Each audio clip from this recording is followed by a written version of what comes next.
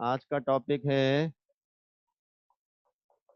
बेटा crystal defect. Defect का मतलब बेसिकली क्या होगा? इम्परफेक्शन। आपने कोई भी क्रिस्टल बनाया तो क्रिस्टल कैसे बनता है? क्रिस्टल बनता है बेसिकली पार्टिकल्स का अरेंजमेंट पे। उदाहरण के तौर पे मान लो आपने एटम्स को एफसीसी में जमाया, सुन रहे हैं? यदि आपने एटम्स को एफसीसी में जमाया, कैसे जमाओगे एटम्स को एफसीसी में? कि क्यूब के कॉर्नर पे और फेस सेंटर पे एटम रख दो। अगर सारे एटम बराबर से कॉर्नर फेस सेंटर पर जमे हुए हैं, एग्जैक्टली कॉर्नर पे एटम जमा और फेस सेंटर पे एटम जमा है, बिल्कुल परफेक्ट ऑर्डर है, तो ये कहलाता है perfect crystal. But room temperature पे क्रिस्टल्स परफेक्ट नहीं पाए जाते हैं। उनमें कुछ ना कुछ क्या पाई जाती है? इरेगुलरिटी। कैसी इरेगुलरिटी? आपने एटम को कॉर्नर फेस सेंटर पे जमाया, पॉसिबल है कि कुछ एटम कॉर्नर से या कुछ एटम फेस सेंटर से उठ के बाहर भाग गए। अरे सर, ऐसे कैसे बाहर भाग गए? वो लेटिस पॉइंट है, लेटिस पॉइंट पर एटम को बैठना चाहिए, लेकिन लेटिस पॉइंट से यदि एटम उठकर बाहर भाग जाए तो यही तो इरेगुलरिटी है। इसी को तो आप क्या कहते हो?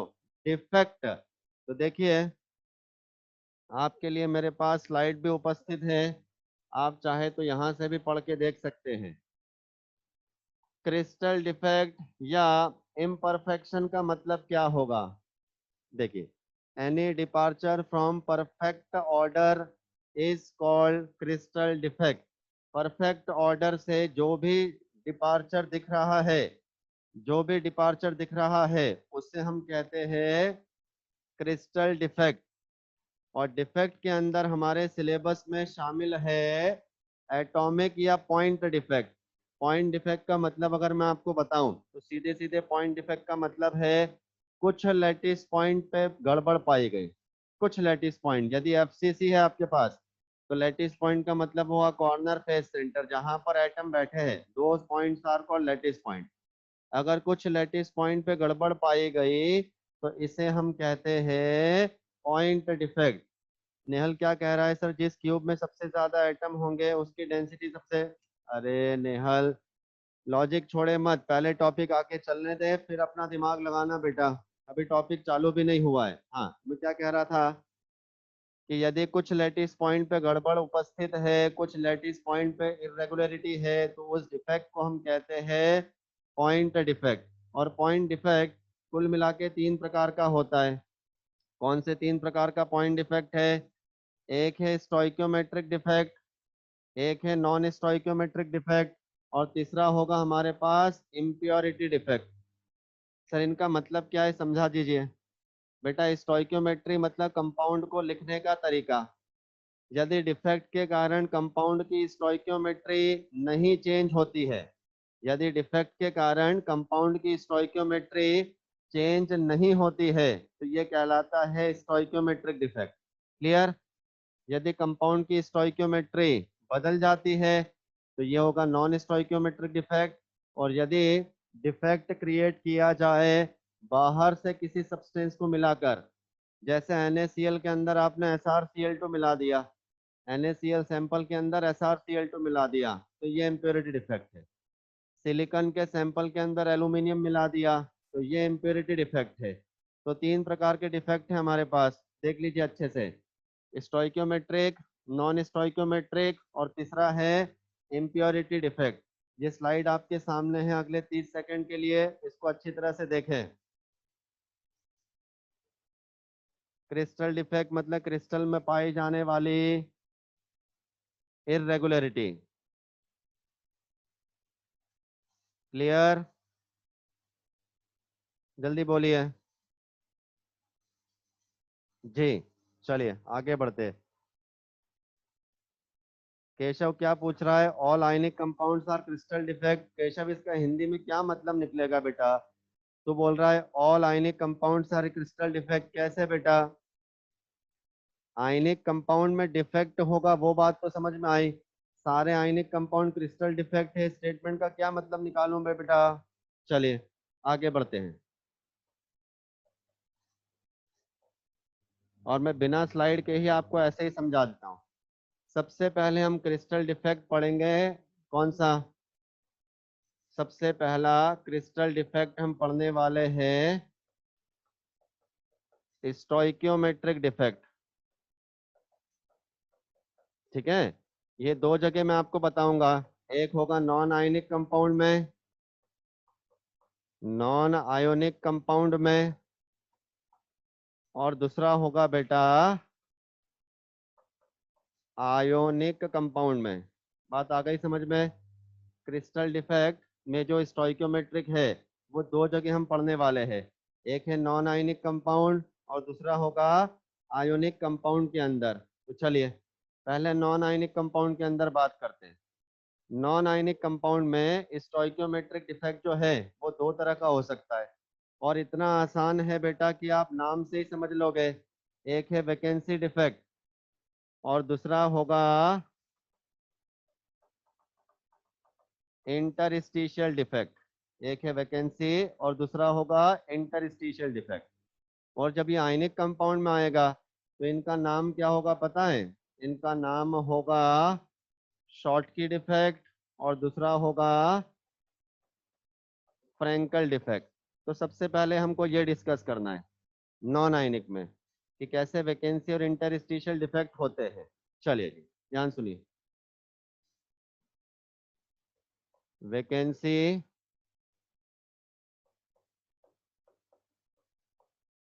डिफेक्ट और दूसरा क्या था? Interstitial defect. आपको मैं समय दे रहा हूं 30 सेकंड का। एक बार आप अपनी तरफ से दिमाग लगाओ और कोशिश करके देखो कि वैकेंसी और इंटरस्टिशियल डिफेक्ट ये नाम सुनकर आपको क्या समझ में आता है कि किस तरह का डिफेक्ट होना चाहिए। वैकेंसी डिफेक्ट नाम सुनकर क्या समझ में आया? और इंटरस्टिशियल डिफेक्ट ये नाम सुनकर आपके दिमाग में क्या इमेज बन रही है?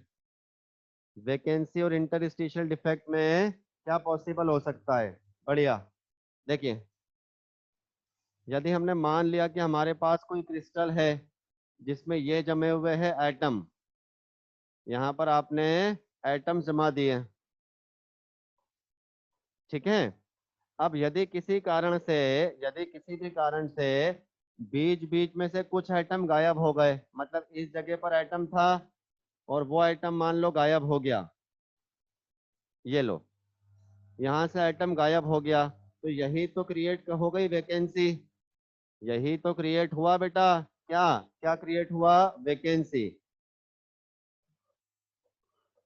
या आप कह सकते हो होल क्रिएट हुआ। समझ में आ रहा है?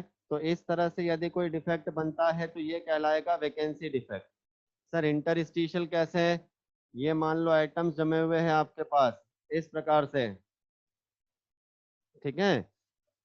अब हमने देखा कि इन एटम्स के साथ साथ इसी तरह का एक एटम, बेटा जहां जहां पर एटम जमे हैं ये गोले, इन गोलों को हम कहते हैं लैटिस साइट। जहां पर एटम बैठे हैं उनको क्या कहते हैं? लैटिस साइट, जहां पर एटम है।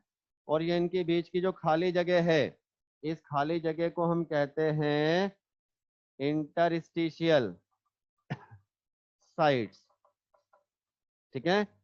तो यदि लैटिस साइट के साथ साथ कोई एटम इंटरस्टिशियल साइट पर भी उपस्थित हो तो इस डिफेक्ट को हम नाम देते हैं इंटरस्टिशियल डिफेक्ट। बात आ रही है समझ में? वैकेंसी डिफेक्ट, वैकेंसी डिफेक्ट का मतलब सिंपल क्या हुआ? कुछ लैटिस एटम अपने लैटिस साइट से उठकर बाहर भाग गए, जिससे खाली लैटिस साइट मतलब वैकेंसी क्रिएट हुआ। इंटरस्टिशियल डिफेक्ट का मतलब क्या हुआ? कुछ एटम जो है कुछ एटम जो है वो इंटरस्टिशियल साइट पर आ गए। इस तरह के डिफेक्ट को इंटरस्टिशियल डिफेक्ट कहते हैं। अब आप दिमाग लगाकर बताओ इन दोनों केस में डिफेक्ट होने के कारण प्रॉपर्टीज पे क्या अंतर पड़ेगा? डेंसिटी कहाँ पर बढ़ेगी और कहाँ डेंसिटी कम हो जाएगी? हाँ, क्या लगता है? यहाँ पर डेंसिटी क्या होगी? कम हो जाएगी। Very good. और यहाँ पर डेंसिटी क्या होगी? यहाँ डेंसिटी मतलब बढ़ जाएगी। Very good. तो ये मैंने आपको वैकेंसी और इंटरस्टिशियल डिफेक्ट सिखाया है। किसी भी बच्चे को यदि इसमें डाउट है तो अभी सवाल पूछ सकता है। इतना ही है वैकेंसी और इंटरस्टिशियल डिफेक्ट। क्लियर? जी। जी नैनी, वॉइड और इंटरस्टिशियल साइट ये सब एक ही है। इंटरस्टिशियल साइट मतलब एटम्स के बीच में जो खाली जगह है, दैट्स इट। इंटरस्टिशियल साइट मतलब एटम्स के बीच में जो खाली जगह है। आरशी, इसके पहले वाली ले देख ले भाई जल्दी से। इसके पहले वाली स्लाइड देखनी है आरशी को, जल्दी देख ले। देख लो जो भी देखना है फटाफट से।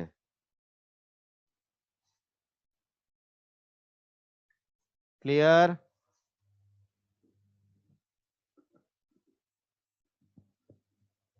चलें आगे। यस, ओके बेटा। चलिए, तो ये आपने स्टोइकियोमेट्रिक डिफेक्ट देखा है किसमें? नॉन आयनिक कंपाउंड में। अब हमको स्टोइकियोमेट्रिक देखना है किसी आयनिक कंपाउंड के अंदर, तो ध्यान से सुनिए। अब हमको देखना है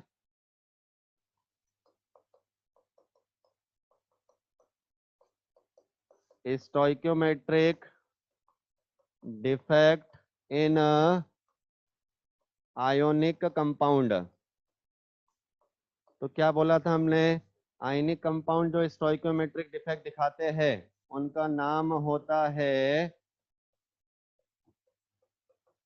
शॉर्टकी डिफेक्ट, और दूसरा होता है बेटा जी फ्रैंकल डिफेक्ट। शॉर्टकी और फ्रैंकल।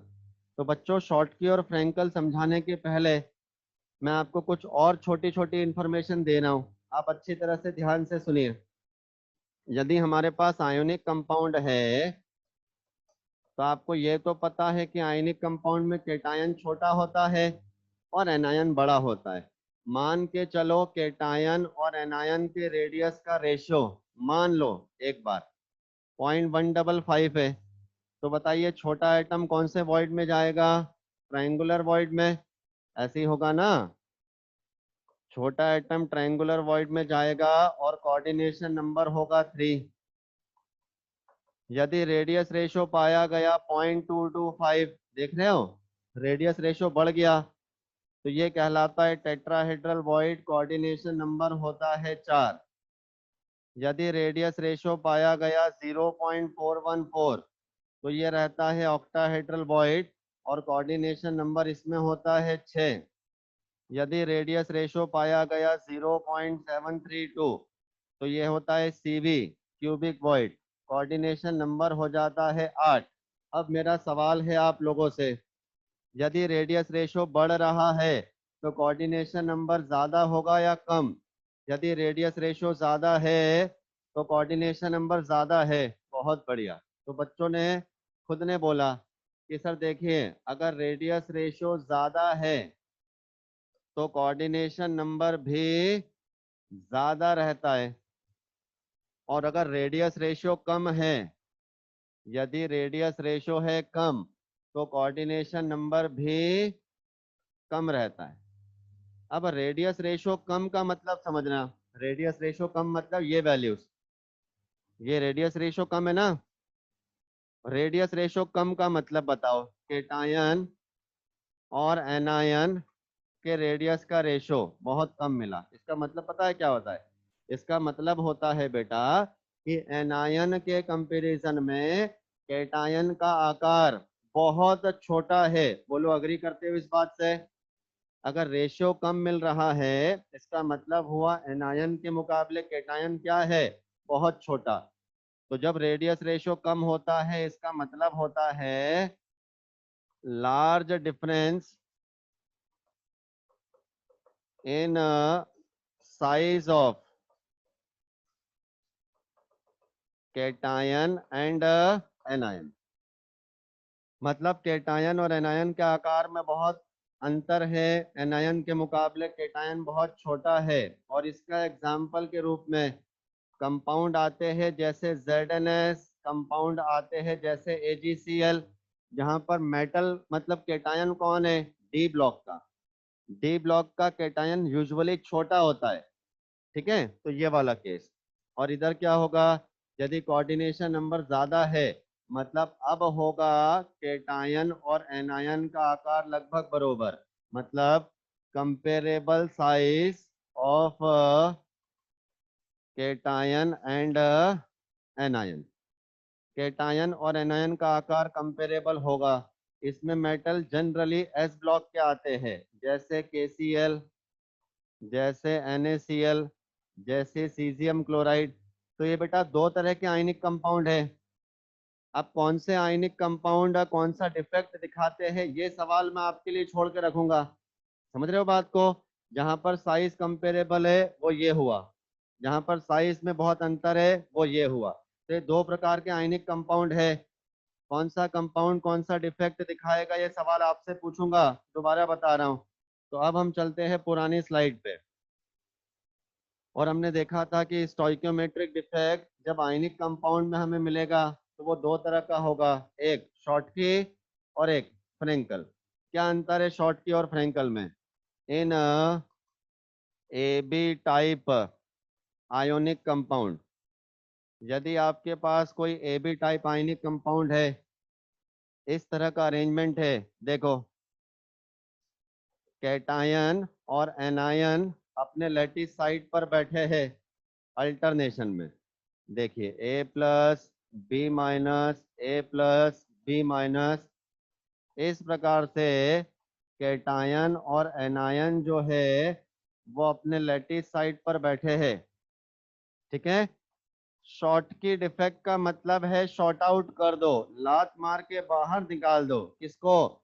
समान संख्या में कैटायन और एनायन दोनों को। लो जी, मान लो ये कैटायन अपने लैटिस साइड को छोड़कर बाहर चला गया, साथ साथ ये एनायन भी अपने लैटिस साइड को छोड़कर बाहर चला गया। लो जी, ये कैटायन अपने लैटिस साइड को छोड़कर बाहर गया, ये एनायन भी अपने लैटिस साइड को छोड़कर बाहर गया। इस तरह से कोई डिफेक्ट होता है पार्टिकल्स के बाहर जाने के कारण, तो इसका नाम होता है शॉर्टकी डिफेक्ट। शॉर्टकी का मतलब ये शॉर्ट आउट कर दो, बाहर निकाल दो पार्टिकल्स को। क्या इसके कारण कंपाउंड की स्टोइकियोमेट्री पर कोई फर्क पड़ेगा क्या? सर ये बात अभी भी नहीं समझ में आ रही है, आप बार बार बोल रहे हो कि स्टोइकियोमेट्री बदलेगी या नहीं बदलेगी। समझा रहा हूँ बेटा। यदि आपके पास कंपाउंड है AB टाइप का तो AB का मतलब है कि केटायन और एनायन का रेशियो, केटायन एनायन का रेशियो फॉर्मूले में क्या दिख रहा है? 1:1। यदि डिफेक्ट के बाद भी रेशियो 1:1 रहा मतलब स्टोइकियोमेट्री नहीं बदली, और अगर डिफेक्ट के बाद रेशियो 1:1 से चेंज हो गया मतलब स्टोइकियोमेट्री बदल गई। बताओ, ये सैंपल जो मैंने बनाया था उसमें 6 केटायन के साथ 6 एनायन थे, तो रेशियो था 1:1। अब एक केटायन बाहर गया, एक एनायन भी बाहर गया, अब केटायन हो गए 5, एनायन भी हो गए 5। तो डिफेक्ट के बाद भी केटायन एनायन का रेशियो तो 1:1 ही रहा ना बेटा। मतलब क्या शॉर्ट के डिफेक्ट के कारण कंपाउंड की स्टोइकियोमेट्री मतलब केटायन एनायन का रेशियो बदला क्या? नहीं बदला। इसलिए ये स्टोइकियोमेट्रिक डिफेक्ट है। सर डिफेक्ट है मतलब क्या? डिफेक्ट का मतलब बताया तो बेटा कि जो परफेक्ट ऑर्डर रहता है उससे कोई भी डिविएशन, कायदे के साथ ये लैटिस साइट है, लैटिस साइट पर एटम बैठना चाहिए। अगर लैटिस साइट खाली हो गई इसी को तो डिफेक्ट कहते हैं। क्लियर है बात? तो ये मैंने आपको बताया है शॉर्ट की डिफेक्ट के बारे में। अगर आपके मन में शॉर्ट की से जुड़ा कोई सवाल है तो आप पूछ सकते हो, मैं दोबारा बता देता हूँ। शॉर्ट की डिफेक्ट एक तरह का स्टोइकियोमेट्रिक डिफेक्ट है, मतलब इस डिफेक्ट के कारण कंपाउंड के अंदर केटायन एनायन का रेशो नहीं चेंज होगा। इसमें सिंपल क्या होगा कि केटायन और एनायन बराबर संख्या में अपने लैटिस साइड छोड़कर बाहर चले गए। क्लियर है बेटा? अभी जो खाली लैटिस साइड बनी है, खाली लैटिस साइड को आप कह सकते हो वैकेंसी। क्या कह सकते हैं वैसे खाली लैटिस साइड को?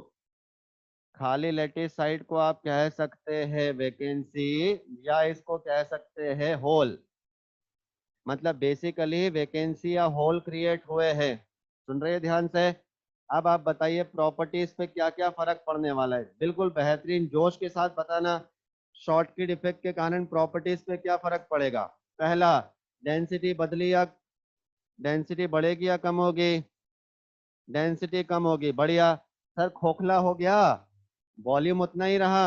अरे क्रिस्टल का वॉल्यूम उतना ही रहा लेकिन मास कम हो गया ना, डेंसिटी घट जाएगी। बेहतरीन जवाब, बेहतरीन जवाब। दूसरा, क्या लेटाइस जो है वो खोखला हो गया क्या? जल्दी बोलो, क्या लेटाइस खोखला हो गया क्या? हाँ, लेटाइस के खोखला होने के कारण स्टेबिलिटी घट जाएगी। आप इसको किसकी तरह मान के चलो, आपने ब्रिक जमा कर एक दीवार बनाई है। अब उस दीवार के बीच बीच में से आप ब्रिक हटा लेंगे तो वो दीवार तो कमजोर हो जाएगी ना बेटा।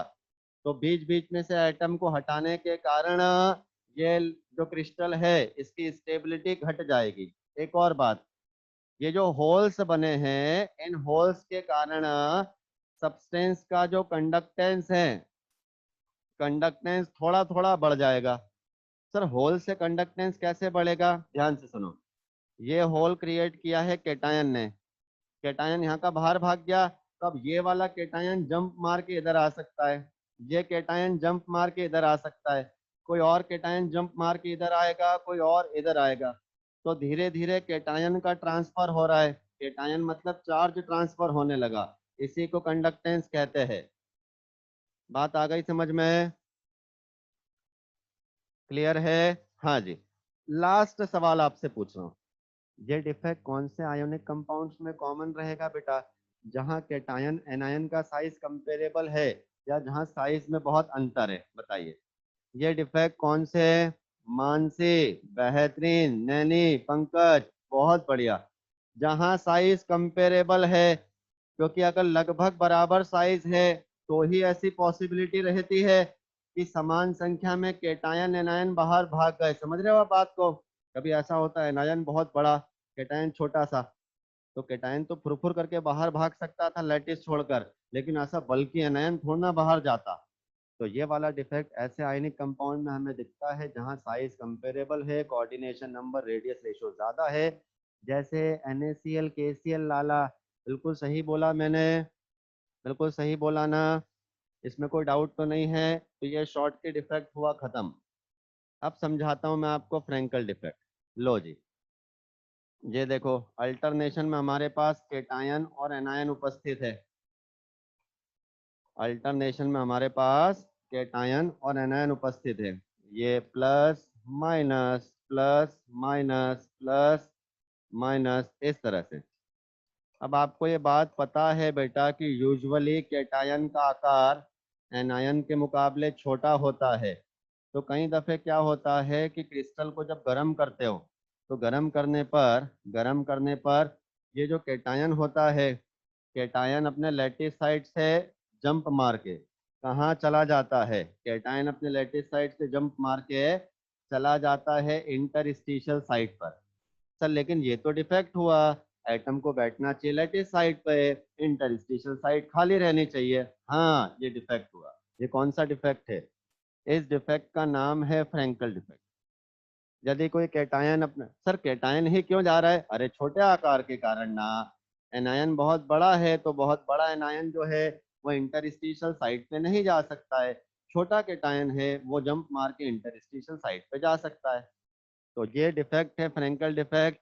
अब सवाल पूछना चालू किया, क्या फ्रैंकल डिफेक्ट के कारण कंपाउंड की स्टोइकियोमेट्री मतलब केटायन और एनायन का रेशो चेंज होगा क्या?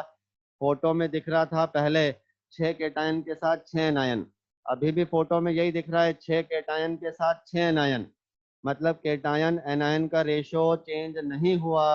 ये है स्टोइकियोमेट्रिक डिफेक्ट, पहली बात। दूसरी बात, ये डिफेक्ट कहाँ कॉमन होगा? जहाँ केटायन एनायन का साइज कंपेरेबल है या जहाँ केटायन बहुत छोटा सा है। तो सर देखो, इंटरस्टिशियल साइट में घुसना है, इंटरस्टिशियल साइट छोटी सी होती है, तो ये डिफेक्ट वहां दिखेगा जहाँ केटायन छोटा है और एनायन बड़ा है, जैसे AgCl, जैसे ZnS, इस तरह के कंपाउंड में। इस डिफेक्ट के कारण डेंसिटी बढ़ेगी या कम होगी? इस डिफेक्ट के कारण डेंसिटी बढ़ेगी या कम होगी? आपने बोला सर डेंसिटी पर कोई फर्क नहीं पड़ेगा क्योंकि कोई पार्टिकल बाहर ही नहीं गया।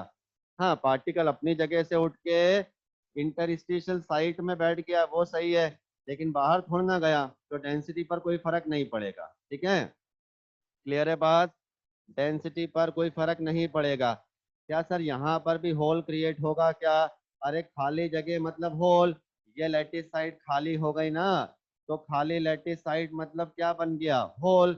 और होल के कारण, जैसे यहाँ पर होल के कारण कंडक्टेंस आ रहा था, यहाँ पर भी होल के कारण कंडक्टेंस आ जाएगा बेटा। और लास्ट पॉइंट ध्यान से सुनिए, क्या प्लस प्लस चार्ज, देखो क्या प्लस प्लस चार्ज पास पास आ गए क्या? हाँ, प्लस प्लस चार्ज पास पास आ गए। इस कारण से कंपाउंड के अंदर पोलैरिटी आ जाएगी। क्या आ जाएगी? पोलैरिटी। जितना ज्यादा पोलर उतना ज्यादा डाइलेक्ट्रिक कांस्टेंट, ठीक है। तो पोलैरिटी आने के कारण इस सब्सटेंस के डाइलेक्ट्रिक कांस्टेंट की जो वैल्यू होगी, डाइलेक्ट्रिक कांस्टेंट की वैल्यू वो बढ़ जाएगी। तो ये जानकारी थी बेटा फ्रैंकल डिफेक्ट के बारे में। मानसी पूछ रही है सर क्या यहाँ पर भी ढांचा कमजोर होगा, स्टेबिलिटी घटेगी? हाँ मानसी, यहाँ पर भी स्टेबिलिटी घट जाएगी, ठीक है। सर किसी भी क्रिस्टल के अंदर फ्रैंकल डिफेक्ट, शॉर्टकी डिफेक्ट आता कैसे होगा? सिंपल है, आप क्रिस्टल को गर्म कीजिए। जैसे आपने NaCl क्रिस्टल को गर्म किया, क्योंकि सोडियम और क्लोराइड का आकार कंपेरेबल है, तो वो इस तरह के डिफेक्ट दिखाएगा। यदि आपने ZnS क्रिस्टल को गर्म किया, क्योंकि सल्फाइड के मुकाबले जिंक बहुत छोटा है, तो वो इस तरह के डिफेक्ट दिखाएगा। अच्छा, ये दोनों डिफेक्ट प्रोड्यूस कैसे होते हैं? टेम्परेचर से। हाँ बेटा, तो ये संपूर्ण जानकारी मैंने आपको दी है शॉर्टकी और फ्रैंकल डिफेक्ट के बारे में। जब आप किताबें पढ़ते हैं तो वहां पर आपको ऐसी भी कुछ चीज लिखी हुई मिलेगी। एक चीज लिखते हैं किताबों के अंदर, थर्मोडायनामिक डिफेक्ट। एक चीज लिखते हैं इंट्रिंसिक डिफेक्ट।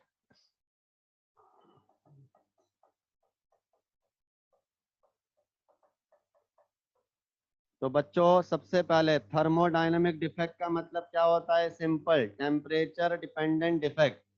यदि टेम्परेचर बढ़ाने पर डिफेक्ट की अमाउंट, डिफेक्ट की मात्रा बढ़ रही है, तो इसे थर्मोडायनामिक डिफेक्ट कहते हैं। आई बात समझ में? यदि टेम्परेचर बढ़ाने पर डिफेक्ट की मात्रा बढ़ रही है तो इसे थर्मोडायनामिक डिफेक्ट कहते हैं। तो सर इसका मतलब शॉर्टकी और फ्रैंकल डिफेक्ट थर्मोडायनामिक डिफेक्ट है? हाँ बेटा, क्योंकि टेम्परेचर बढ़ाने पर शॉर्टकी डिफेक्ट भी बढ़ता है, फ्रैंकल भी बढ़ता है। दूसरा, इंट्रिंसिक डिफेक्ट का मतलब इंटरनल डिफेक्ट, खुद के कारणों से जो होगा, बाहर से कोई सब्सटेंस नहीं मिलाया। NaCl के अंदर शॉर्टकी डिफेक्ट कैसे आएगा? जब टेम्परेचर बढ़ाओगे, बस। बाहर से कोई और सब्सटेंस मिलाया इसके अंदर? नहीं। तो इंट्रिंसिक डिफेक्ट मतलब इंटरनल डिफेक्ट, बाहर से कोई सब्सटेंस नहीं मिलाना है। क्लियर? सर हमने देखा था किताब में ऐसा स्टार बनाकर एक पॉइंट भी लिखा था कि कोई एक कंपाउंड है जो शॉर्टकी और फ्रैंकल दोनों प्रकार के डिफेक्ट दिखाता है। वो एग्जांपल याद करना है क्या? हाँ, AgBr कंपाउंड है जो शॉर्टकी और फ्रैंकल दोनों डिफेक्ट दिखाता है। तो ये कहानी खत्म करी हमने शॉर्टकी और फ्रैंकल डिफेक्ट की। आप देखिए दोनों सामने हैं, आपके मन में कोई सवाल गुलगुल कर रहा है तो आप पूछ सकते हो, यदि आपको लगता है कि वो सवाल डिस्कस करने लायक है क्लास के अंदर।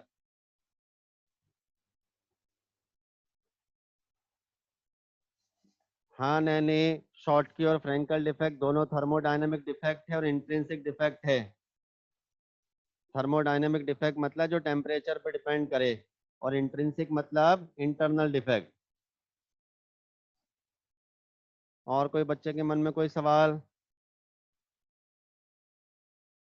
आर्यन कह रहा है सर आज ये स्कूल एग्जाम में आया था। आर्यन थोड़ा लेट हो गए फिर, मतलब हम।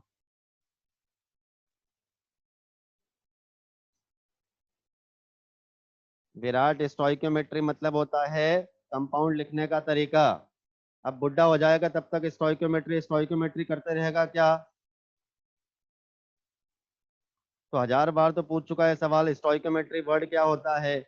बेटा 11वीं क्लास से पढ़ रहे हो तुम, तो 11वीं क्लास से अभी तक आपके मन में सवाल नहीं आया था? बताओ।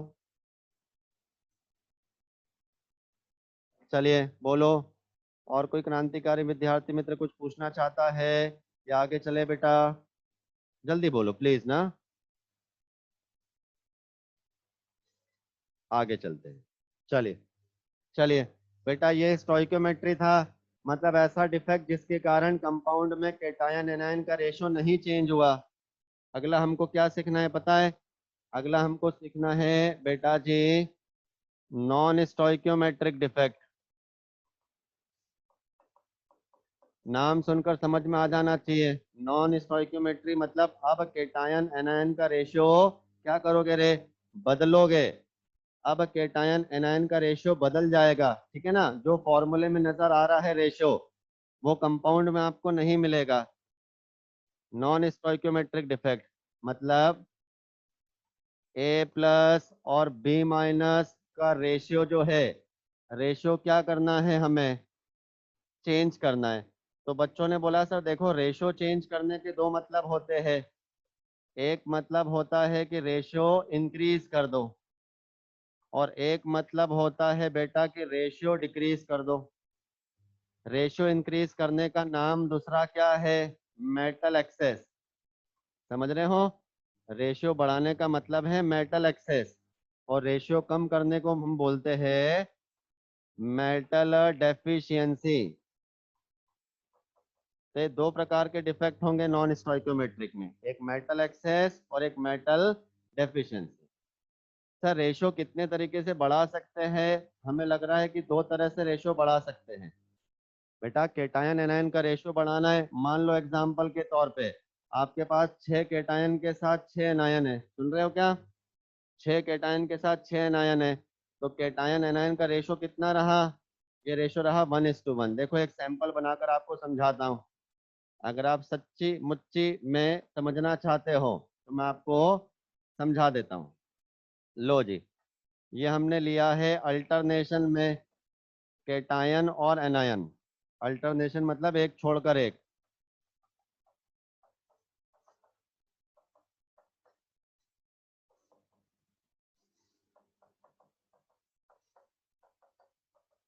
ठीक है? जहां जहां पर एटम बैठा है वो कहलाता है लैटिस साइट, और उनके बीच की खाली जगह ये कहलाती है इंटरस्टिशियल साइट।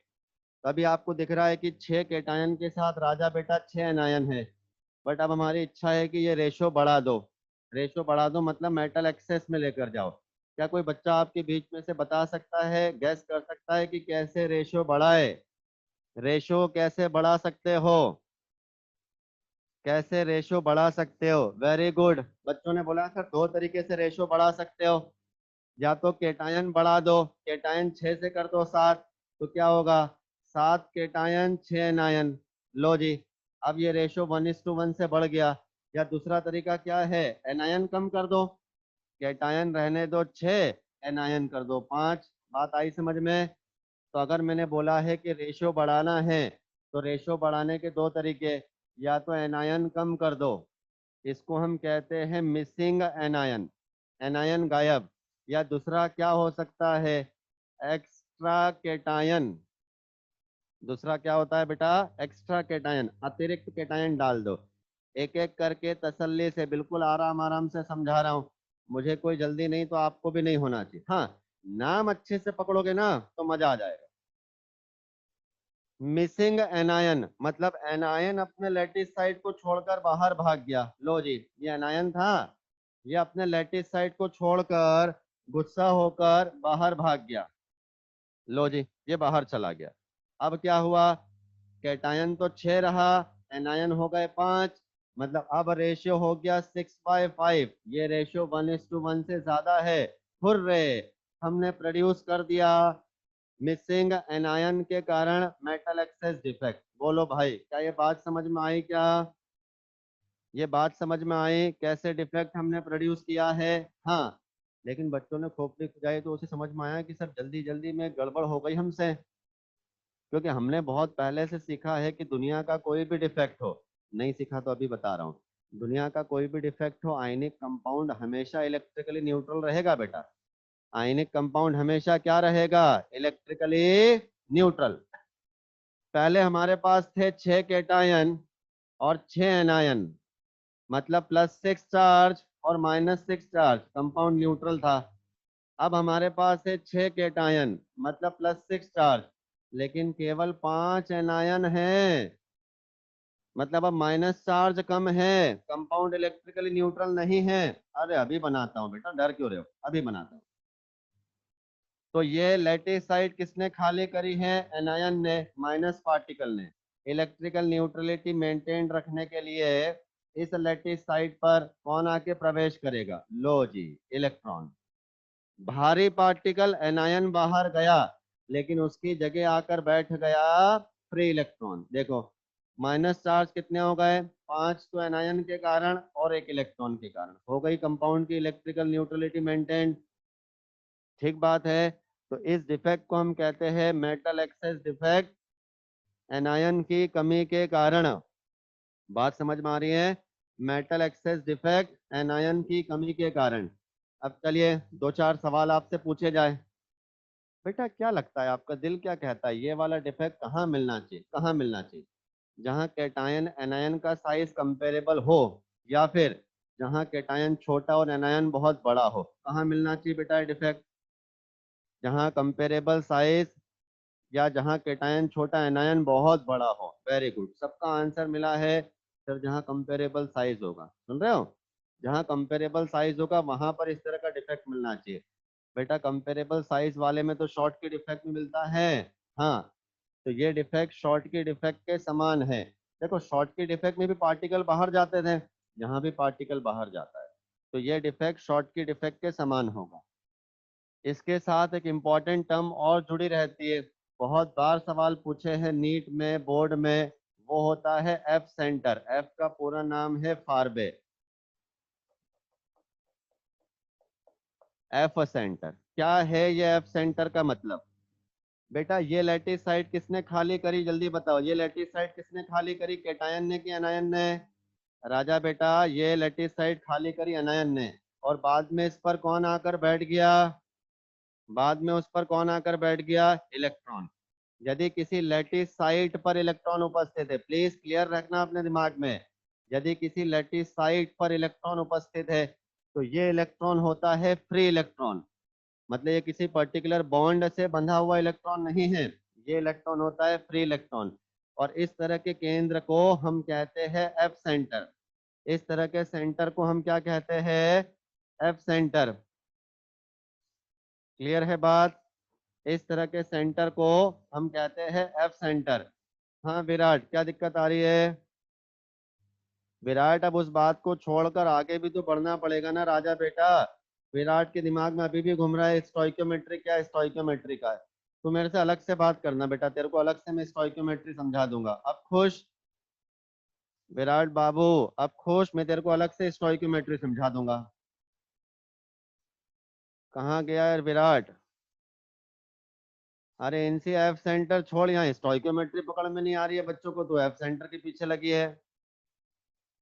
विराट है क्लास में या चला गया? हाँ, तुम्हें को अलग से फोन कर लियो। अब मुस्कुरा दे जल्दी से।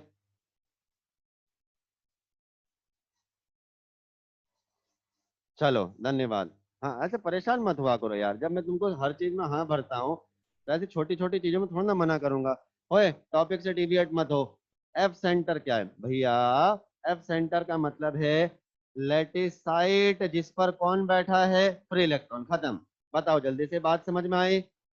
एफ सेंटर का मतलब है लेटिस साइट जिस पर कौन बैठा है, बस कर मानसी, लैटिस साइट जिस पर कौन बैठा है? इलेक्ट्रॉन।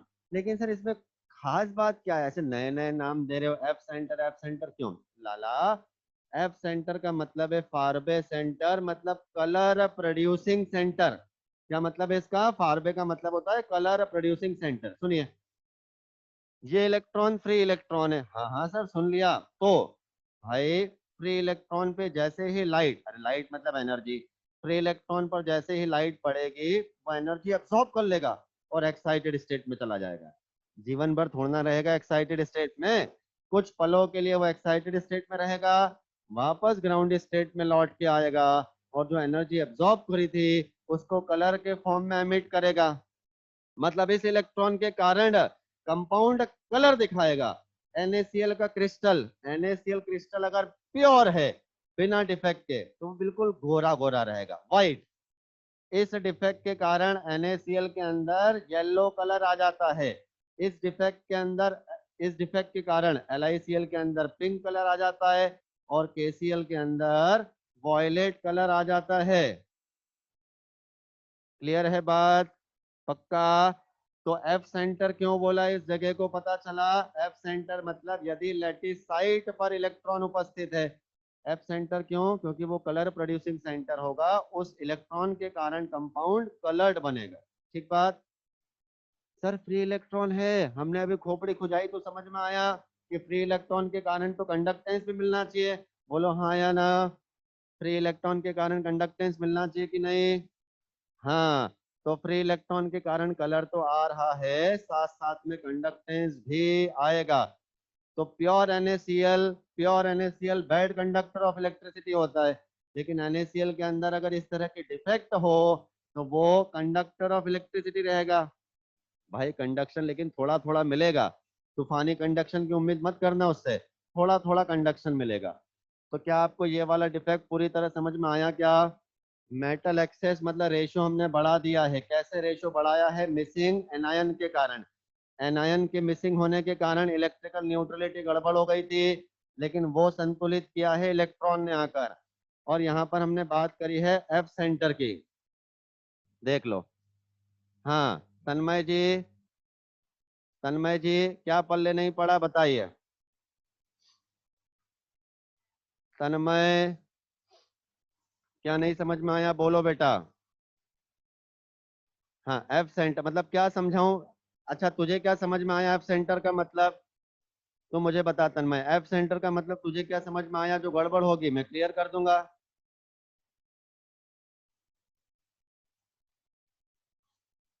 जल्दी रिप्लाई करो बेटा। जयंत स्टेबिलिटी भाड़ में गई, पहले एफ सेंटर की बात करने दे बेटा।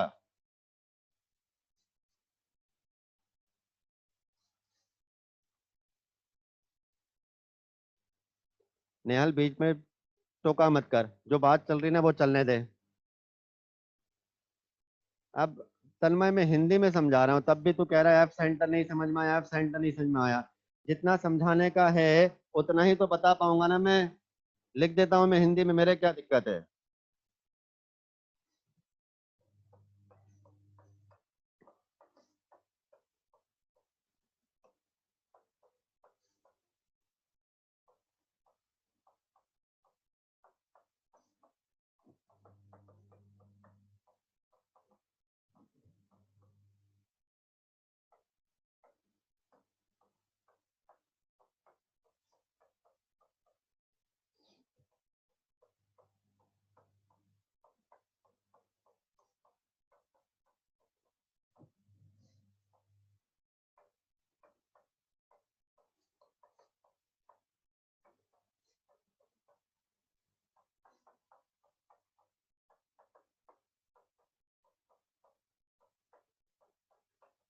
हाँ अब पढ़ लो बेटा, ये है एफ सेंटर का मतलब।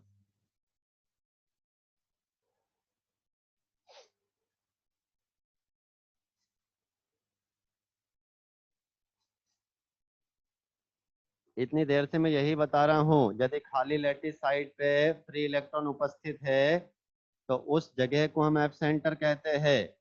यदि खाली लैटिस साइड पर इलेक्ट्रॉन उपस्थित है तो उस सेंटर को, उस जगह को, उस साइड को हम लैटिस साइड को एफ सेंटर कहते हैं। हाँ चलिए दोबारा से चलते हैं। फिर बच्चों ने खोपड़ी खुजाई और बोला कि सर चलो ठीक है, समझ में तो आ रहा है हमें थोड़ा थोड़ा, लेकिन आप ये बताओ, अभी आपने बोला कि इस तरह का डिफेक्ट कहाँ मिलेगा? एफ सेंटर वाला डिफेक्ट मिलेगा NaCl में, KCl में, इस तरह के कंपाउंड में। बट अभी 10 मिनट पहले आपने बोला था कि NaCl के अंदर तो शॉर्टकट इफेक्ट मिलेगा। तो सर आप कंफ्यूज हो या आप हमें कंफ्यूज कर रहे हो? थोड़ी देर पहले बोला था NaCl में शॉर्टकट इफेक्ट मिलेगा, अब बोला NaCl में एफ सेंटर वाला डिफेक्ट मिलेगा। ऐसे कैसे हो सकता है? कौन सा डिफेक्ट मिलेगा ये डिपेंड करेगा कि कंडीशंस कैसी है। यदि NaCl के क्रिस्टल को गर्म करोगे तो शॉर्टकट इफेक्ट मिलेगा, लेकिन यदि यदि यदि उसी NaCl के क्रिस्टल को, ये मान लो NaCl का क्रिस्टल है, इसके अंदर बहुत सारे सोडियम और बहुत सारे क्लोराइड उपस्थित है इस तरीके से, ठीक है, यदि आपने इस NaCl को गर्म किया in presence of sodium vapour की उपस्थिति में गर्म किया, तो कुछ सोडियम एटम इस क्रिस्टल के सरफेस पर बैठ जाएगा इस तरह से। अब ये तो मेटल है, मेटल के अंदर बहुत तगड़ी टेंडेंसी है इलेक्ट्रॉन देने की, तो ये मेटल एटम इलेक्ट्रॉन देगा, ये स्वयं बनेगा Na+ और एक इलेक्ट्रॉन फ्री छोड़ देगा। अब Na+ तो केटायन है, वो चाहता है कि उसके जीवन में भी खुशियां आए, मतलब उसके जीवन में भी एनायन आए। वो ढूंढ रहा है आसपास कहाँ एनायन है, कहाँ एनायन, ओहो ये रहा एनायन। तो इस एनायन को वो अट्रैक्ट करेगा।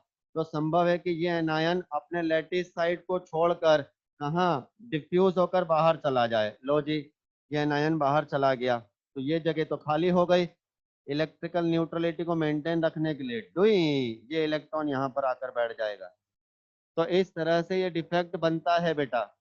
NaCl को गर्म किया सीधे सीधे तो शॉर्टकट डिफेक्ट बन रहा था, NaCl को गर्म किया सोडियम वेपर के साथ तो ये एफ सेंटर वाला डिफेक्ट बन रहा है। देखिए नेहल, मैं तेरे को बार बार बोला कि उल्टे सवाल पूछना बंद कर, जब वो आएगा केटायन तब उसकी चर्चा करेंगे, लेकिन आपको समझ में नहीं आ रहा है। आप बार बार एक ही बात पूछ रहे हो कि सर केटायन जाएगा तो क्या होगा, केटायन जाएगा तो क्या होगा। बच्चों मैंने कई बार आपको बोला है कि कई बार आप सवाल आगे आने वाले टॉपिक के भी पूछ लेते हो, तो वो तो मैं क्लास रोक के नहीं समझा पाऊंगा ना बेटा। उसके लिए आपको वेट करना होगा, जब केटायन के जाने की बारी आएगी जब केटायन की बात में समझाऊंगा। लेकिन आपकी आदत क्या है पता है, आप एक ही सवाल में अटक जाओगे और बार बार। अब ये नेहल ने ये सवाल कम से कम 10 से ज्यादा बार तो पूछ लिया है कि सर केटायन बाहर जाएगा तो क्या होगा, केटायन बाहर जाएगा तो क्या होगा। इसका मतलब मैं क्लास में जो 120 बच्चे हैं उनको रोक दूं और केवल नेहल के सवाल का जवाब दे दूं, ऐसा कर पाऊंगा क्या मैं? जबकि मैंने बोल दिया कि बेटा सही समय आने पे मैं वो समझा दूंगा। उल्टे काम मत किया करो यार, जब सब कुछ सही चल रहा है चुपचाप से मैं आपको अच्छी तरह से पढ़ा रहा हूँ तब भी आपको दिक्कत होती है क्लास में चुपचाप बैठने में। चलिए लास्ट बार बोल रहा हूँ कि ये वाला जो डिफेक्ट आपको बताया है बेटा, इसमें कोई डाउट है? इसमें कोई डाउट है तो आप पूछ सकते हैं, बताइए। इसमें कोई डाउट है? नहीं। चलिए चलिए फिर आगे बढ़ते हैं। अब अगला है ना, खुद भी थोड़ी थोड़ी कोशिश करना, खुद भी थोड़ी थोड़ी कोशिश करना कि मैं तो नाम नाम लिखूंगा और आप बताना कि उस डिफेक्ट के अंदर क्या हो सकता है, ठीक है। ये जगह किसकी थी? एनायन की, तो लो यहाँ पर एनायन बैठा दिया। अगला क्या है? मेटल एक्सेस, मतलब रेशो बढ़ गया। किसके कारण रेशो बढ़ गया? एक्स्ट्रा केटायन के कारण। एक्स्ट्रा केटायन के कारण देखिए अल्टरनेशन में केटायन और एनायन उपस्थित है, पक्का। अब एक केटायन बाहर से आया केटायन, उसने देखा कि यार भगवान कसम कोई जगह खाली नहीं है, मैं कहाँ बैठूंगा, क्योंकि कोई जगह खाली नहीं है। केटायन तो आकार में छोटा ही होता है, तो वो जाकर बैठ गया इंटरस्टिशियल साइट पे। फिर बच्चे गुस्सा हो गए कि सर ऐसे केटायन को अंदर ले लिया, पहले 6 केटायन के साथ 6 एनायन थे, न्यूट्रल था। अब 7 केटायन के साथ 6 एनायन है, अब न्यूट्रल नहीं है। सर न्यूट्रलिटी का भी तो ध्यान रखो। तो इलेक्ट्रिकल न्यूट्रलिटी मेंटेन्ड रखने के लिए जैसे कैटायन आया है इंटरस्टिशियल साइट पर, वैसे इलेक्ट्रॉन भी आ जाएगा इंटरस्टिशियल साइट पे। लो जी न्यूट्रलिटी है ना, 7 कैटायन के साथ 6 एनायन और एक इलेक्ट्रॉन, न्यूट्रलिटी मेंटेन्ड है। सर अब बताओ कि ये डिफेक्ट कैसे प्रोड्यूस होता है, कोई एग्जांपल बताओ, जैसे NaCl वाला एग्जांपल बताया था। क्या होता है बच्चों कि यदि आपने जिंक ऑक्साइड क्रिस्टल को गर्म किया, वैसे ये व्हाइट होता है, तो गर्मी का इफेक्ट सबसे पहले सरफेस पर पड़ेगा, तो सरफेस पर कुछ ZnO के बॉन्ड टूटेंगे, क्या बनेगा? जिंक, 2 इलेक्ट्रॉन, और जो ऑक्सीजन है वो तो गैस के रूप में फुर करके उड़ गया। अब सरफेस पर क्या बचा बताओ?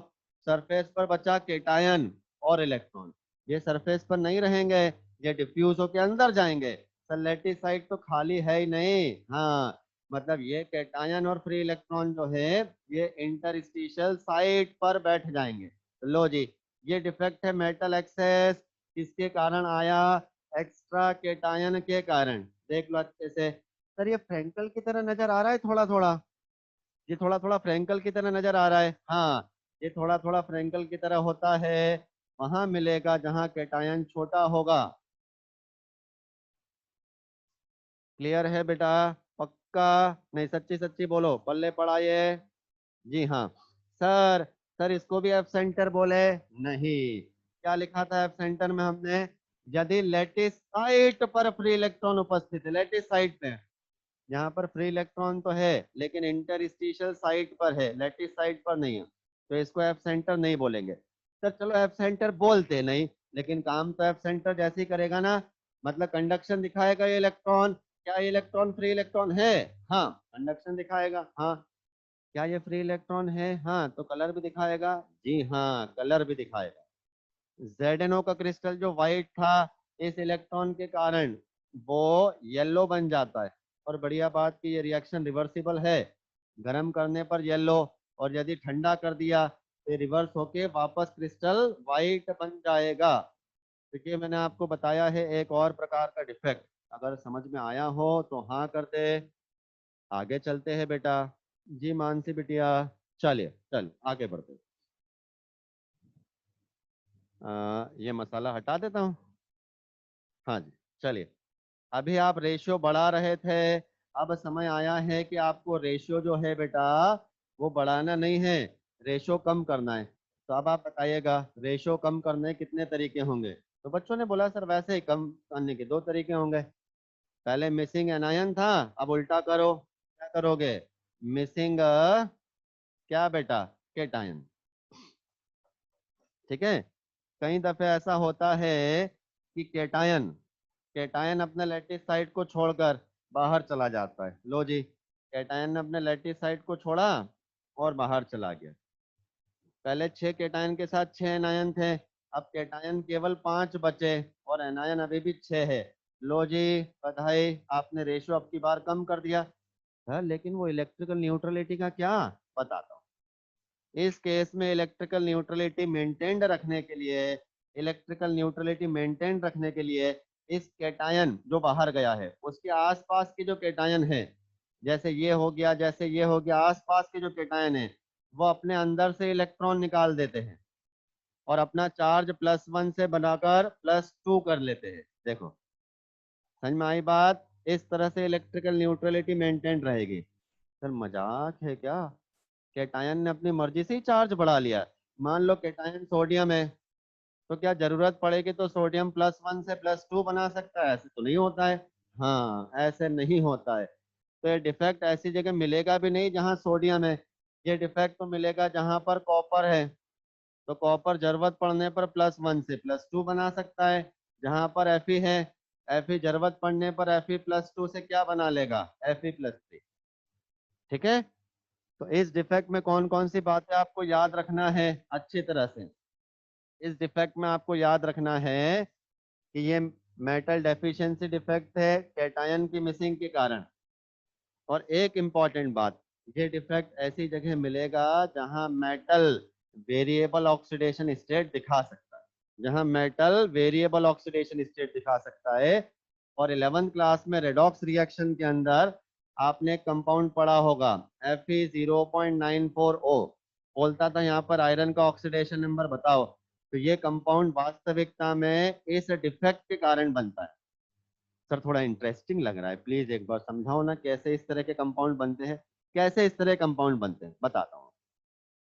अगली स्लाइड पे बताता हूँ, मजा आएगा, है ना? 5-7 मिनट का है, मतलब 5-7 मिनट, 1-2 मिनट का है। देखिए, पहले ये कंपाउंड सच में FeO रहता है। ये कंपाउंड क्या रहता है? FeO। मतलब अगर हमारे पास में 100 Fe है तो 100 Fe के साथ में 100 कौन है? ऑक्सीजन। याद है ना, Fe पर चार्ज कितना है? +2। ऑक्सीजन पे चार्ज कितना है? -2। ये है। अब मान लो राजा बेटा, मान लो किसी कारण से, ध्यान से सुनिए, मान लो किसी कारण से कुछ आयरन एटम लेटिस छोड़ के बाहर भाग गए। सुन रहे हो? कुछ आयरन एटम लेटिस छोड़कर बाहर भाग गए। कितने? अरे कुछ भी मान लो आप 4 Fe atoms are missing from lattice side।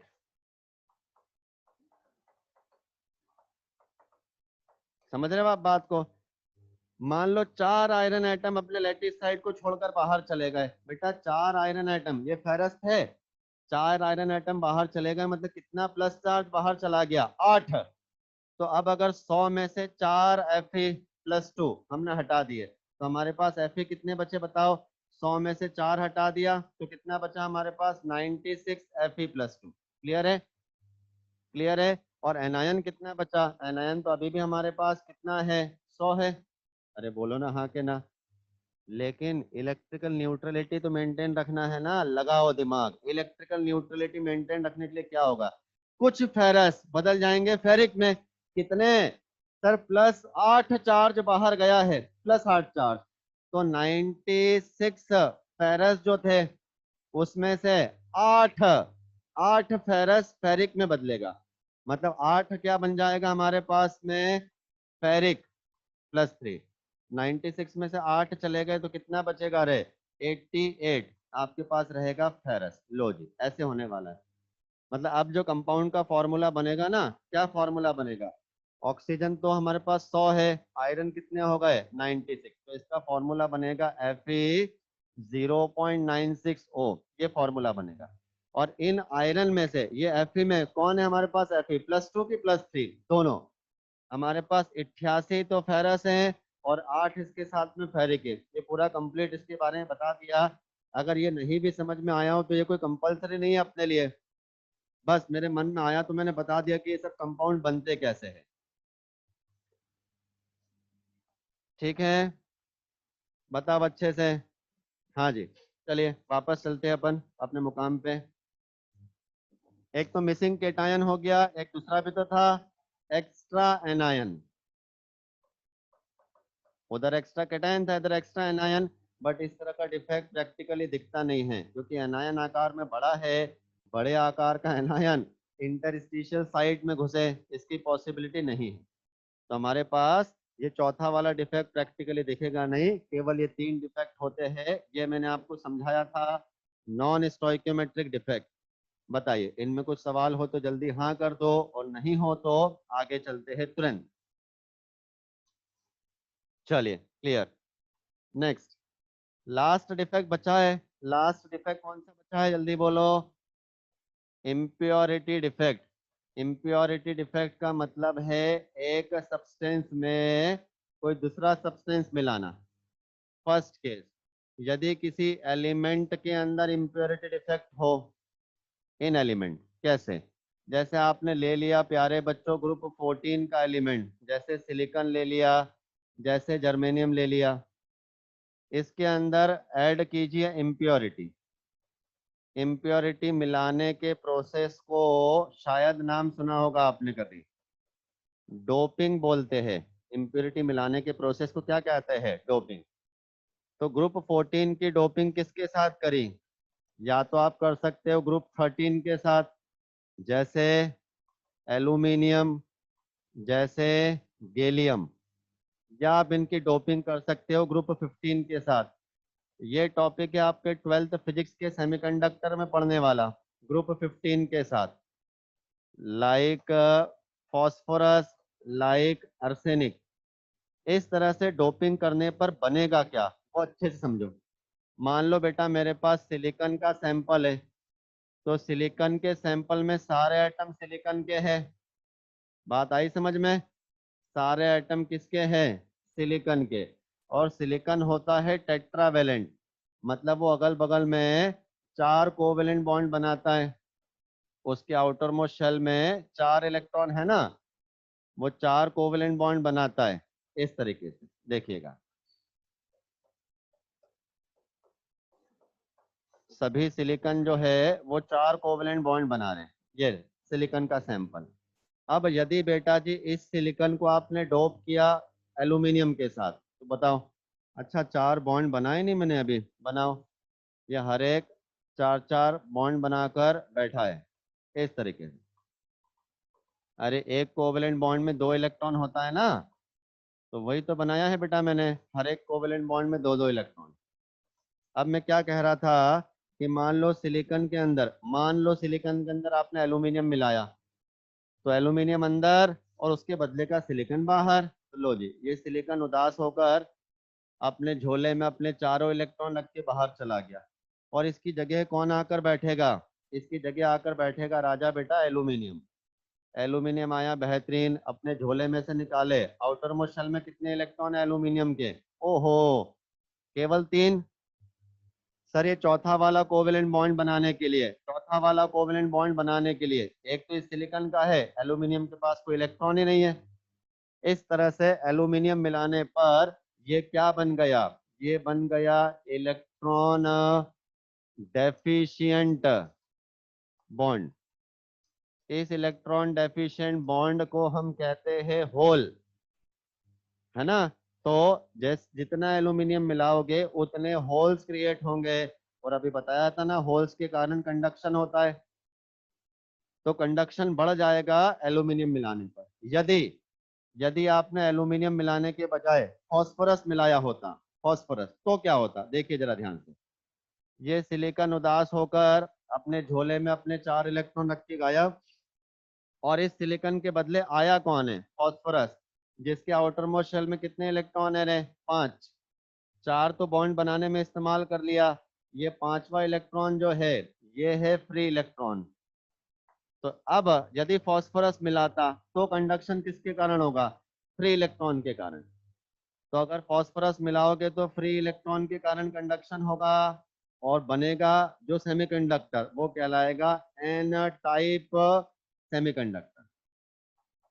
N type semiconductor मतलब जहां पर चार्ज कैरियर नेगेटिव पार्टिकल मतलब इलेक्ट्रॉन है। और अगर एल्यूमिनियम मिलाता तो क्या बनता रे? होल। ठीक है, और जो सेमीकंडक्टर बनता वो कहलाएगा पी टाइप सेमीकंडक्टर। यही चीज एग्जैक्टली आप फिजिक्स में भी पढ़ेंगे कि हमने सिलिकॉन के अंदर एल्यूमिनियम या फास्फोरस मिलाकर पी टाइप और एन टाइप सेमीकंडक्टर बनाया है। चलिए लास्ट। ठीक है, अब हम मिला रहे हैं इम्प्योरिटी, किसमें? इन आयोनिक कंपाउंड। बेटा किसी आयोनिक कंपाउंड में इम्प्योरिटी मिला रहे हो, ये भी आसान चीज है। देखिए, हमने NaCl का सैंपल लिया है, NaCl के सैंपल के अंदर अल्टरनेशन में सोडियम और क्लोराइड इस तरह से प्रेजेंट है, सोडियम क्लोराइड इस तरह से उपस्थित है। ठीक है, अब यदि आपने इसमें बाहर से इम्प्योरिटी मिलाई, इम्प्योरिटी मिलाने का मतलब क्या हुआ बेटा? कोई दूसरा सब्सटेंस मिलाया। मान लो आपने इसमें मिलाया SrCl2, समझे? क्लोराइड क्लोराइड ये तो सेम है, अंतर किसका है? कैटायन का। तो जैसे ही स्ट्रोंशियम अंदर जाएगा, स्ट्रोंशियम का मतलब Sr2 पॉजिटिव, जैसे ही +2 चार्ज अंदर जाएगा, कंपाउंड हमेशा इलेक्ट्रिकली न्यूट्रल रहेगा। मतलब यदि +2 अंदर गया तो +2 बाहर भी तो जाएगा। 2 सोडियम अपनी लैटिस साइड को छोड़कर बाहर चले गए, क्योंकि कंपाउंड इलेक्ट्रिकली न्यूट्रल रहेगा। 2 कुर्सियां खाली हो गई, एक कुर्सी पर तो स्वयं कौन जाकर बैठ जाएगा? स्ट्रोंशियम। और एक वैकेंसी रह गई खाली, मतलब एक होल बन गया, होल्स के कारण कंडक्टेंस बढ़ जाएगा। तो कुल मिलाकर है कि यदि SrCl2 मिलाया NaCl में, तो एक स्ट्रोंशियम के अंदर जाने पर एक वैकेंसी मतलब एक होल क्रिएट होगा। तो देखो यही लिख देता हूं, पर SrCl2, एक SrCl2 पे कितनी वैकेंसी बनेगी? एक वैकेंसी। अरे वैकेंसी मतलब होल। और यदि बेटा मैं इसमें AlCl3 मिला देता, लगा पाओगे क्या दिमाग? अगर मैं इसमें प्यारे बच्चों AlCl3 मिला देता, ठीक है, 2 वैकेंसी बनती। बहुत बढ़िया। नेहल पूछ रहा है कि फॉस्फोरस एंड नाइट क्या क्या पूछते रहता है यार। हाँ जी बेटा, अगर AlCl3 मिलाता तो एक एल्यूमिनियम अंदर गया, मतलब +3 चार्ज अंदर गया, तो +3 चार्ज बाहर, 3 सोडियम बाहर, 1 2 3, 3 कुर्सी में से एक पर एल्यूमिनियम बैठ गया, 2 कुर्सियां खाली रहेगी, तो 2 वैकेंसी बनेगी यदि हम बना देते AlCl।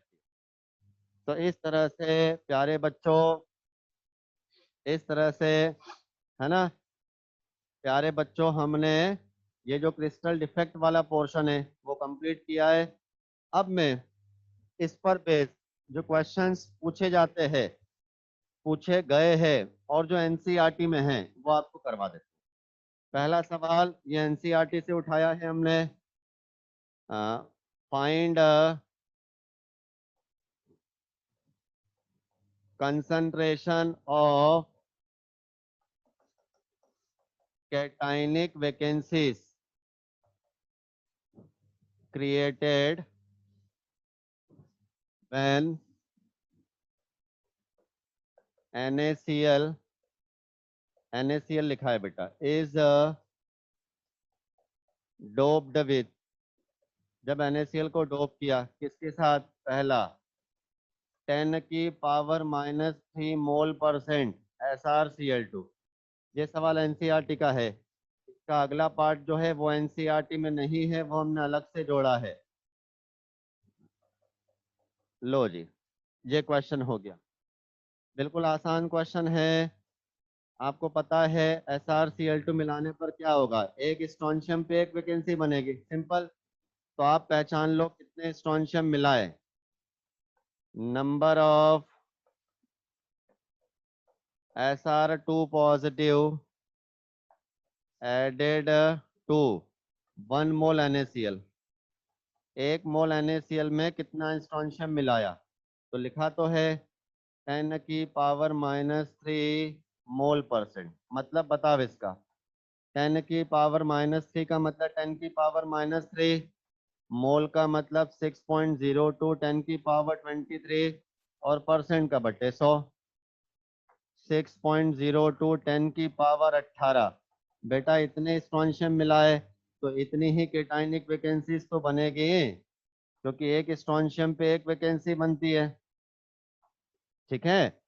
और जब ये सेकंड वाला सॉल्व करोगे तो number of aluminium added, number of aluminium added to 1 mole NaCl, ये तो सेम चीज आएगी, कितना आएगा 10⁻³ मोल%, कितना आएगा बेटा 6.02 10⁻18। इतने एल्यूमिनियम मिलाओगे, केटाइनिक वैकेंसी कितनी बनेगी, तो एक एल्यूमिनियम मिलाने पर दो केटाइनिक वैकेंसी बनती है, तो केटाइनिक वैकेंसी बनेगी 6.02 10⁻18, और इस पूरे में मल्टीप्लाई करना पड़ेगा आपको 2, इस पूरे के अंदर 2 मल्टीप्लाई हो जाएगा, क्योंकि डबल केटाइनिक वैकेंसी बनने वाली है। जी श्रीरंग बहुत बढ़िया, नैनी वेरी गुड बेटा। ये एनसीईआरटी का सवाल है और ये बहुत बार एग्जाम में पूछा हुआ है, देखना पुराने पेपर उठाकर आप, और आसान सवाल होता है, कोई बहुत मुश्किल नहीं होता है। चले क्या अगले सवाल पे, नेक्स्ट क्वेश्चन पे चले। जी हाँ, जहां भी कंडक्शन होल के कारण होता है बेटा उसे पी टाइप कंडक्टेंस कहते हैं नैनी। जो कंडक्शन, अरे कंडक्टेंस दो कारणों से होता है, सॉलिड में कंडक्टेंस दो कारणों से होता है, या तो इलेक्ट्रॉन के कारण या इलेक्ट्रॉन की कमी, मतलब होल्स के कारण। तो अगर इलेक्ट्रॉन के कारण कंडक्टेंस है सॉलिड में तो उसे एन टाइप कहते हैं, और अगर होल्स के कारण कंडक्टेंस है तो उसे पी टाइप कहते हैं बच्चों। चलिए अगला सवाल उठाते हैं। चलिए ये आपके पास अगला सवाल है, पढ़कर देखिए क्वेश्चन में क्या दिया है।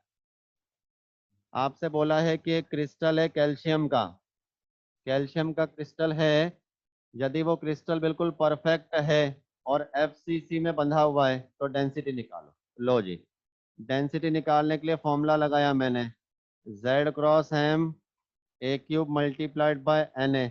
अब आप बताइएगा, क्योंकि कैल्शियम क्रिस्टलाइज हो रहा है एफसीसी में, एफसीसी में Z की वैल्यू कितनी होती है 4, मोलर मास कैल्शियम का 40, एज लेंथ, ए का मतलब एज लेंथ तो होता है, किसमें लेना है एज लेंथ अपने को, सेंटीमीटर में लेते हैं, याद है ना। और एवोगैड्रोस नंबर 6.02 10⁻23। लो जी सॉल्व कर लो, आंसर आ जाएगा ग्राम प्रति सेंटीमीटर क्यूब। ये डेंसिटी होगी यदि क्रिस्टल परफेक्ट है। सेकंड बोला है कि फ्रैंकल डिफेक्ट के कारण डेंसिटी बताओ, तो सोच कर बताना, जल्दी मत करना, सोच कर बताना कि फ्रैंकल डिफेक्ट के कारण डेंसिटी बदलती है कि नहीं। शारिका, ओहो, वेरी गुड, कितना बढ़िया और बेहतरीन जवाब मिला है। नैनी भावना की तरफ से भी आंसर आया है, very good. Sir, Frenkel defect के केस में डेंसिटी नहीं बदलती है, तो बस फ्रैंकल डिफेक्ट के केस में आपने लिख दिया नो चेंज। मतलब जो डेंसिटी परफेक्ट क्रिस्टल में आ रही थी यहाँ से, जो डेंसिटी परफेक्ट क्रिस्टल में आ रही थी वही डेंसिटी हमारे पास फ्रैंकल डिफेक्ट के कारण भी मिलेगी। शॉर्टकी डिफेक्ट में क्या होगा, तो यदि आपको याद हो, शॉर्टकी डिफेक्ट होता है मिसिंग पार्टिकल के कारण। मतलब जैसे एफसीसी बनाया तो कॉर्नर फेस सेंटर पे एटम रखे, तो रैंक कैसे निकली, जेड कैसे निकला, 1/8 मल्टीप्लाइड बाय 8, 1/2 मल्टीप्लाइड बाय 6 या 4। लेकिन आपने तो कुछ एटम ही लात मार के बाहर निकाल दिए। तो सर यदि एटम बाहर निकाल देंगे तो जेड की वैल्यू भी तो बदल जाएगी। जी हाँ, ये बढ़िया बात बोली आपने। यदि हमने कुछ एटम बाहर निकाल दिए तो जेड की वैल्यू भी बदल जाएगी। मतलब नाउ जेड विल डिक्रीज। अब जेड कम हो जाएगा, कुछ पार्टिकल बाहर निकाल दिए, किसके कारण जेड कम होगा, शॉर्टकट इफेक्ट के कारण। और कितना, 0.1%। Z will decrease by 0.1%। अब z की वैल्यू 0.1% कम हो जाएगी, तो इफेक्टिव z कितना होगा, z इफेक्टिव, अरे कितना, 100% में से 0.1% चला गया तो कितना बचा, 99.9%, जो पुराना z था। 99.9% का मतलब होगा 99/100 किसका, पुराने z मतलब 4 का। इससे आपको z इफेक्टिव की वैल्यू मिलेगी। फिर डेंसिटी का फॉर्मूला लगा लेना, z effective multiplied by molar mass edge length multiplied by Avogadro's number. इस तरह से आपको डेंसिटी मिलेगी फाइनल, शॉर्ट की डिफेक्ट के कारण। इस तरह से डेंसिटी मिलेगी बेटा शॉर्ट की डिफेक्ट के कारण। बस एक क्वेश्चन और करवाने वाला हूं मैं, वो अपना लास्ट क्वेश्चन है। तो अगर ये क्लियर है तो अब आगे चलते हैं।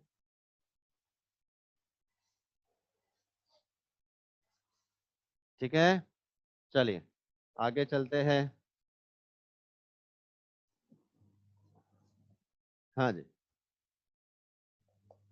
Fe0.94O contains Fe+2 and Fe+3। बताया था ना अभी आपको, Fe0.94O ये कंपाउंड है जिसमें फेरस भी है और फेरिक भी है। आपको क्या करना है, find percentage of ferrous in a compound. मतलब आपको टोटल आयरन में से बताना है कितना परसेंट फेरस है और कितना परसेंट फेरिक है। डरिएगा नहीं, बहुत आसान है। हमको ये तो पता है कि इस कंपाउंड में फेरस भी उपस्थित है और फेरिक भी उपस्थित है। टोटल एटम कितने हैं आयरन के, 0.94। यदि मैं मान लूं बेटा कि मेरे पास फेरस के कितने एटम है, ए, तो फेरिक के कितने एटम हुए बताओ। टोटल एटम है 0.94, उसमें से ए एटम अगर इसके हो गए तो इसका बचेगा 0.94 माइनस है। आई होप यहाँ तक तो क्लियर होगा। अब क्या करेंगे हम, बदमाशी पता है, कि कंपाउंड को लिखने का तरीका ही बदल देते हैं। सवाल में लिख के दिया था Fe0.94O, मैंने इसको तोड़ के लिख दिया। कैसे है कि ये जो Fe है, ये Fe दो प्रकार का है।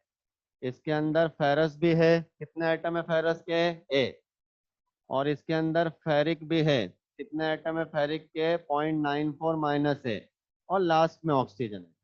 और 11th क्लास रेडॉक्स में आपने पढ़ा है, मॉलिक्यूल में सभी एटम के ऑक्सीडेशन नंबर को जोड़ने पर जीरो आता है, क्योंकि मॉलिक्यूल तो न्यूट्रल है। तो निकालो, सभी एटम के ऑक्सीडेशन नंबर जोड़ लो। एक आयरन एटम का +2, कितने एटम है ऐसे, ए। आगे एक आयरन एटम का +3, ऐसे कितने एटम है, 0.94 माइनस है। और ऑक्सीजन का तो -2 होता ही है। सॉल्व करने पर आपको ए की वैल्यू मिलेगी, ए की। फिर आपको निकालना है परसेंटेज ऑफ Fe+2। कैसे निकलेगा Fe+2 का परसेंट, कितना Fe+2 था, ए, और टोटल आयरन कितने थे, अरे टोटल आयरन मिलाकर कितना था, 0.94% निकालना है तो मल्टीप्लाइड बाय 100, इस तरह से होगा बेटा। हाँ, जिसने भी लिखा है, सक्षम ने लिखा है डेंसिटी प्रोपोर्शनल टू जेड पिछले वाले सवाल के लिए, सक्षम बिल्कुल सही लिखा है, बिल्कुल सही लिखा है बेटा सक्षम। जैसे जैसे जेड चेंज होता है वैसे वैसे डेंसिटी भी बदलती है। बढ़िया। तो चलिए प्यारे और खूबसूरत बच्चों, इस तरह से अपना सॉलिड स्टेट और ट्वेल्थ क्लास की फिजिकल केमिस्ट्री जो है वो कंप्लीट हुई है। ठीक, ड्राइव पर ये सारे के सारे नोट्स उपलब्ध है।